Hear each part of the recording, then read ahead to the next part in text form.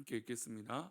늙은이를 꾸짖지 말고 권하되 아버지에게 하듯하여 젊은이에게는 형제에게 하듯하고. 아멘. 잠시 기도하겠습니다. 하나님 아버지, 오늘도 주의 거룩한 이 전에 나와 하나님 앞에 기도하며 또 하나님을 찬양하고 또 오늘 하루를 이렇게 기도로 시작할 수 있도록 하나님 우리를 인도하여 주셔서 감사합니다. 하나님, 우리가 살아가는 순간순간이 하나님 앞에 의미가 있게 하시고 또 하나님 앞에 잘했다 칭찬받는 그런 기쁨의 하루가 되도록 인도하여 주셔서 우리가 수동적인 거나 또 타성에 젖어서 행동하는 것이 아니라 자발적이고 긍정적이고 즐겁게 하나님 주어진 일들을 감사함으로 능히 이룰 수 있도록 복을 내려 주옵소서. 주께서 사랑하시는 믿음의 백성들을 이 새벽에도 불러 모아 주셨사오니 우리들을 인도하시고 주의 선하신 팔로 인도하여 주옵소서. 이 시간 1,000번대로 드려진 예물들과 또 범사에 감사하여 드려진 예물을 기뻐 받아 주옵시고 주의 선하신 은혜로 말씀 가운데 또 우리 가운데 함께하여 주옵소서. 감사하고 거룩하신 예수 그리스도 이름으로 기도 올리옵나이다. 아멘. 디모데 이 전후서를 읽으면 이 바울과 디모데의 관계가 마치 그냥 일반 뭐 목회자의 선배와 뭐 후배의 관계, 뭐 그냥 아니면 성도와 성도의 관계라고 보이기에는 그보다도 조금 더 가까운 관계로 보이죠. 마치 바울 스스로도 그렇게 말했던 것처럼 아들 같은 그런 관계. 또 디모데 역시 바울을 향하여 아버지와 같은 이 관계로 이 신앙의 관계가 세워져 있는 것을 보게 됩니다. 굉장히 친밀하고 굉장히 때로는 애틋하고 또 때로는 강하기도 하고 때로는 정말 큰 사랑으로 이들의 이 신앙의 관계들이 맺어진 것을 볼 수 있죠. 근데 특별히 이제 이 뭐 그런 모습을 본다면 일종의 이제 아버지가 아들에게 어떻게 보면 후임의 역할들을 감당하게 이 권면하는 것이 이 디모데 이 목회 서신이니까 이 디모데 전후서라고 할 수 있죠. 어떻게 보면 또 가업을 잇는 거라고 볼 수 있어요. 아버지와 아들 관계니까. 근데 가업을 잇는다라는 게 뭐 그냥 사실 우리 삼자 입장에서 볼 때는 아름답고 멋있죠. 야, 그래 어떻게 아버지가 하는 일을 자식이 물려받고 또 자식이 아버지의 일을 물려받기 위해서 저렇게 아름답게 가업을 잇는 것은 참 아름답다라고 할 수 있어요. 그러나 정작 당사자들은 생각보다 그렇게 쉬운 일이 아닐 수도 있습니다. 왜냐하면 아버지는 아버지의 길을 뭐 부모님은 부모님의 길을 걸어봤기 때문이에요. 근데 그 길을 자녀들이 이어서 한다? 그게 이 힘든 일을 과연 잘할 수 있을까? 또 물론 마냥 이 부모의 이 가업을 잇는다라는 게 기쁘기만 한 것은 아닐 수도 있다라는 거죠. 또 반대로 자식은 아버지가 아니면 또 부모님이 걸어왔던 그 길을 이 자녀가 누가 되지 않도록 그 길을 걸어간다라는 게 또 여러 가지 책임과 또 주변의 사람들의 시선들이 분명히 느껴질 것입니다.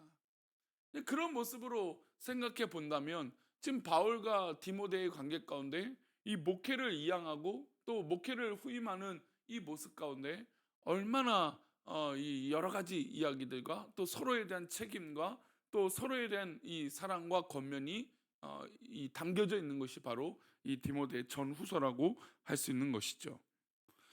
이런 맥락에서 보면 바울과 디모데도 어려운 시간들을 보내고 있는 것이죠. 바울은 사실 결혼하지 않았습니다. 그래서 자녀가 없죠. 그는 서신서 곳곳에서 디모데를 믿음에서 낳은 아들이라고 표현하고 있습니다. 디모데가 어렸을 때부터 함께 다니며 또 바울과 함께 사역하고 그를 하나님의 말씀으로 양육했기 때문에 바울의 입장에서는 정말 자녀라고 생각했던 것이죠. 그리고 이 영적인 아버지로서 디모데에게 목회 사역을 부탁했던 것입니다. 바울이 사랑하고 혼신을 다해서 일구었던 이 에베소 교회를 디모데에게 부탁하고 바울은 마게도냐로 떠나게 됩니다. 바울은 에베소 교회를 잘 알고 있습니다. 성도들의 면면을 다 알고 있었죠. 바울이 디모데에게 구체적으로 목회를 이렇게 하라고 말하려 했다면 얼마나 많은 말을 할 수 있었겠습니까? 왜냐하면 이 에베소 성도들을 다 알기 때문에 이 디모데에게 이런저런 얘기들을 다 했을 것입니다. 하지만 바울은 자제하고 또 자제합니다. 바울은 목회의 큰 틀을 디모데에게 조심스럽게 알려주고 있죠. 오늘 말씀은 교회 공동체 안에 있는 성도들을 이 디모데가 이 성도들을 어떻게 대하면 좋을까라고 하는 이런 권면이 담겨져 있습니다. 우리 그런 의미로 우리 1절과 2절을 읽어보겠습니다. 함께 읽겠습니다. 늙은이를 꾸짖지 말고 권하되 아버지에게 하듯하며 젊은이에게는 형제에게 하듯하고 늙은 여자에게는 어머니에게 하듯하며 젊은 여자에게는 온전히 깨끗함으로 자매에게 하듯하라. 이 말씀은 어떻게 보면 이 성도들과의 관계를 말하고 있는 것입니다. 늙은이에게는 아버지처럼, 젊은이에게는 형제들처럼, 늙은 여자분에게는 어머니처럼, 젊은 자매에게는 친남매처럼 대하라고 가르칩니다. 이거는 물론 목회자의 권면이죠. 이제 바울이 이 디모데가 이 에베소 교회를 목회를 하고 양육을 할 것이기 때문이죠. 그래서 바울이 전하는 이 성도와 맺는 관계의 핵심은 어떤 의미일까요? 가족 같은 의미라는 겁니다. 사실 뭐 한국 교회가 많은 의미에서 가족같이 뭐 하나 되기를 바라는 마음으로 그런 이 표어나 캐치프레이어를 가지고 이렇게 얘기합니다. 가족, 우리도 식구라고 하는 가족의 의미를 강조하고 있죠. 근데 가만 보면 이렇게 목회자도 그렇고 성도도 그렇고 이 교회의 어떤 그런 이 너무나 이 질서와 어떤 그런 편향된 모습들이 비춰질 때가 있어요. 사실 가족이라면 모든 것을 용납하고 뭐 저 자녀가 뭐 후배가 아니면 이제 아니면 또 오래 신앙생활 했던 분들이 뭐 어떤 모습이든 가족은 그대로 받아들이죠. 나이가 많던 나이가 어리던 그것이 남자든 여자든 사실 가족이라면 모든 것을 내 가족이기 때문에 품고 이해할 수 있으려고 또 이해하려고 듭니다. 포기하는 것은 굉장히 나중의 문제인 것이죠. 그러나 가족이라면 그래도 한 번 더 이해하고 그래도 다른 사람 몰라도 사랑하고 내 편이 되어주는 게 가족입니다. 역시 교회도 그런 공동체가 돼야 되고 목회자도 성도들을 그렇게 바라봐야 되고 성도들도 목회자나 아니면 옆에 있는 성도들을 그렇게 바라봐야 되는 것이죠. 바울이 이렇게 디모데에게 권면하는 것은 목회자가 특별한 존재가 아니라는 것을 유념시켜 주는 겁니다. 목회자가 뭔가 특별한 존재이기 때문에 어떤 뭐 이 권면하고 가르치는 것에만 꽂혀갖고 그렇게 사역하는 것이 아니라 연세 많으신 분들과 또 젊은 사람들과 이런 모든 것들의 배분된 시선 그리고 사랑으로 가족같이 대할 수 있는 시선이 이 목회자에게 있어야 되고 우리 성도들에게 있어야 된다는 겁니다. 예수님께서 설교하고 계실 때 예수님이 어머니 마리아와 동생들이 찾아왔습니다. 그때 주님이 말씀을 이렇게 하셨죠. 누가 내 어머니며 누가 내 동생들이냐? 하늘에 계신 아버지 뜻대로 행하는 자가 내 형제요 자매이니라 라고 말씀하셨어요. 하나님께서 우리에게 주신 말씀대로 행하는 자가 모두 가족이 된다는 것이고 어머니가 되고 자매가 되고 형제가 된다는 겁니다. 이 말씀은 목회자 디모데에게만 주시는 것이 아니라 우리 모두에게 주시는 말씀이죠. 우리가 믿음 생활을 하면서 만나고 교제하는 성도들은 모두 하나님 안에서 가족입니다. 그래서 우리는 좀 물론 요즘은 이제 뭐 신천지나 좀 교회를 어지럽게 하는 사람들이 있고 또 정말 정신 나간 사람들이 가끔은 있습니다. 교회 안에서도 있을 수도 있겠죠. 그래도 참 우리 교회는 없어서 얼마나 감사한지 모릅니다. 그런데 가만 세상 살다 보면 그래요. 그래서 교회도 그런 시각으로 사람들을 바라볼 때가 있어요. 목회자가 되니까 그런 것들이 자꾸 더 많이 들어와요. 그래서 그럴 때마다 느끼는 건 왜 우리는 더 가까워지지 못할까? 왜 우리 이 관계들은 조금 더 이 허물이 이게 무너지지 않을까? 왜 우리는 사람들을 경계할까? 물론 어려움이 있고 문제들이 있고 또 불편함이 있으니까 그렇게 할 수는 있겠죠. 하지만 우리의 시작은 우리가 형제요, 자매요, 가족이 된다라고 하는 늘 이 사랑하는 마음이 우리 특별히 이 새벽기도에 나오신 우리 기도하는 성도들에게 먼저 있으시기를 축원합니다. 교회 공동체가 누군가 아프면 성도들은 한 마음으로 되고 그들을 또 아픈 사람들을 섬기고 사랑해야 되는 것이죠. 가족이 잘 되면 진심으로 기쁘지 않습니까? 내가 잘 되는 것보다 자녀가 잘 되고 가족이 잘 되면 기쁘고 행복한 것이죠. 성도들이 잘 되면 우리가 모두 진심으로 축하해 줘야 되는 것이 바로 가족의 모습일 것입니다. 가족이 잘못된 길을 가면 어떻습니까? 때로는 무서운 회초리로 때려야 할 때도 있을 것입니다. 성도들 중에 누군가 이단 사상에 빠지거나 잘못된 죄악의 길을 간다면 합심해서 그를 권면하겠죠. 바울이 디모데에게 성도들 가족같이 대하라고 한 말씀은 바로 이런 의미인 것입니다. 또한 바울은 디모데에게 교회 공동체, 어떤 특별히 어른들 또 장로들에게 대한 가르침을 줍니다. 우리 17절과 18절인데요. 보겠습니다. 잘 다스리는 장로들은 배나 존경할 자로 알되 말씀과 가르침에 수고하는 이들에게는 더욱 그리할 것이니라. 성경에 이르렀을 때 곡식을 밟아 떠는 소의 입에 망을 씌우지 말라 하였고 또 일꾼이 그 삭슬 받는 것은 마땅하다 하였느니라. 당시 장로들은 가르치는 일과 치리하는 일을 동시에 이 두 가지를 했습니다. 그러나 현대교회는 치리하는 장로와 가르치는 장로가 분리됩니다. 가르치는 장로는 목회자가 되고 치리하는 장로는 행정적인 장로가 되는 것이죠. 바울이 지침을 주기를 가르치는 장로들에 대해서 교회가 생활을 전적으로 책임지라고 말씀하고 있습니다. 바울은 그러나 자비랑 사역을 했죠. 교회를 개척할 때 천막을 만드는 일을 하면서 생활을 해결했습니다. 개척 교회 당시였기 때문이죠. 하지만 이제는 교회가 세워졌고 에베소 교회가 든든히 서 있기 때문에 그래서 바울은 디모데에게 잘 가르치는 이 장로들, 그러니까 지금으로 말하면 목회자죠. 이 목회자가 생활을 어떤 그런 지탱할 수 있고 살아갈 수 있도록 책임지도록 권면한 것입니다. 이것은 오늘날 교회가 목회자의 생활을 책임지라고 하는 측면과 같은 것이죠. 동시에 바울은 디모데의 영성과 육체의 건강을 책임지라고 동시에 얘기하고 있어요. 우리 22절과 23절인데요. 보겠습니다.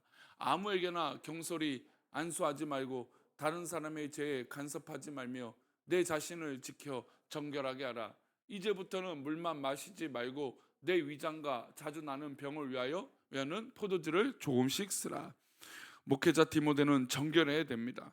자신이 정결해야 성도들의 영적 성장을 도울 수 있는 것이죠. 동시에 육체적 질병에서 자유롭기 위해서 목회 사역에만 몰두해서 스트레스를 받지 말라고 말합니다. 그리고 어떤 위장병이 있는 이 디모데에게 포도주를 조금씩 쓰라고 권면하고 있죠. 그러니까 사실 뭐 이 당시에 이 포도주는 어떤 뭐 음료에 좀 더 가깝죠. 그리고 유산균 뭐 이런 것들로 해석할 수 있습니다. 목회자의 건강이 교회 건강이 척도가 되기 때문에 이렇게 권면하는 겁니다. 바울이 디모데에게 목회자에게 어떤 이 스스로 이 바울로서, 그러니까 바울이 위대한 어른이잖아요. 그러니까 어른이 이 디모데가 목회하는데 간섭하지 않게 해서 굉장히 자제하고 있어요. 하지만 이 말씀을 읽어보면 얼마나 디모데를 사랑하고 아끼는지 느낄 수 있는 것이죠. 바울은 디모데가 좋은 목회자가 되기를 바랬습니다. 또 그렇게 살아가기를 바랬죠. 그래서 마땅히 이 디모데 이 전서의 5장을 읽어보면 굉장히 이 사랑을 담아서 권면하고 있습니다. 그래서 우리도 이 현대 사회를 살아갈 때 우리가 성도이지만 때로는 이 목회자적인 관점으로 교회를 바라볼 필요가 있어요. 어떤 일이냐면 무슨 일이 일어났을 때 나에게 일어난 일이라고 하는 일에 대한 것으로 이 시각을 바라보면 우리는 이것이 좋고 나쁘고로 결정이 됩니다. 그러나 목회자적인 시선으로 우리 성도님들이 교회를 사랑하시면 뭐 그렇다고 해서 교회에 대해서 뭐 어떤 이런 이 질서를 깬다는 게 아니잖아요. 그렇죠? 그러나 이 일이 과연 교회의 덕이 되느냐, 또 교회의 은혜가 되느냐, 또 우리 온 성도들이 기뻐할 수 있는가, 이런 것들의 시선이 우리 가운데 필요하다는 것이죠. 그래서 교회를 어떻게 사랑할 것인가, 또 하나님께서 주신 일들을 어떻게 감당할 것인가, 이런 고민들을 이 디모데 전후서를 통해서 도전받으시기를 축원합니다. 더욱이 이 새벽에 나와 기도하시는 성도님들은 더욱 이런 마음이 필요해요. 때로는 사실 내 마음 같지 않아서 우리는 이 교회 안에서도 참 불편하고 좀 어렵기도 하고 속상할 때도 있어요. 사실 이 목사가 그걸 모르진 않아요. 아, 저것 때문에 좀 불편하시겠구나. 저것 때문에 좀 어렵겠구나. 그래요. 그런데 그런 말들을 쉽게 못 한다면 또 다른 그 장면을 바라보는 삼자의 입장에선 분명히 그것을 오해하기 때문이에요. 그래서 우리가 이런 시각으로 교회를 바라보고 내가 교회에서 살아갈 때 과연 나는 어떤 관점으로 교회에 또 하나님의 나라를 위하여 쓰임 받는가라고 하는 것은 바로 이 디모데 전후서를 꼭 우리 성도님들이 또 이 새벽에 기도하는 성도님들에게 유념이 되시기를 바랍니다. 그래서 이 교회에 사역할 때 또 우리 사랑하는 우리 교회에서 가족같이 이 삶을 살아갈 때 어려운 것도 분명히 있겠지만 더 감사하고 기쁘고 또 설레고 또 소망이 넘치는 그런 일들이 우리 귀한 성도님들 가운데 있기를 축원합니다. 오늘도 그런 은혜와 역사들이 있어 믿음으로 승리하는 우리 교회, 사랑하는 우리 교회, 또 성도님들의 삶이 되시기를 축원합니다. 기도하겠습니다. 하나님 아버지, 우리가 교회 안에 있으면서 참 다양한 일들이 있고 참 다양한 관점들이 필요합니다. 그러나 무엇보다 중요한 것은 정말 우리가 하나님 앞에 부르심을 받았다라는 것입니다. 하나님 앞에 부르심을 받은 이 놀라운 은혜가 우리 가운데 정말 그치지 않게 하여 주시고 놀라운 은혜 속에 승리하며 그 영광 가운데 승리할 수 있도록 하나님 복을 내려 주옵소서. 우리 귀한 믿음의 성도들을 붙잡아 주시고 오늘도 새벽을 사랑하고 또 교회를 사랑하여 나와 하나님 새벽에 기도하는 우리 성도들, 하나님 우리 귀한 기도를 붙잡아 주시고 주의 선하고 복된 은혜로 우리들을 인도하여 주옵소서. 오늘도 귀한 하루를 붙잡아 주시고 인도하실 것을 믿사오며 거룩하신 예수 그리스도 이름으로 기도 올리옵나이다. 아멘.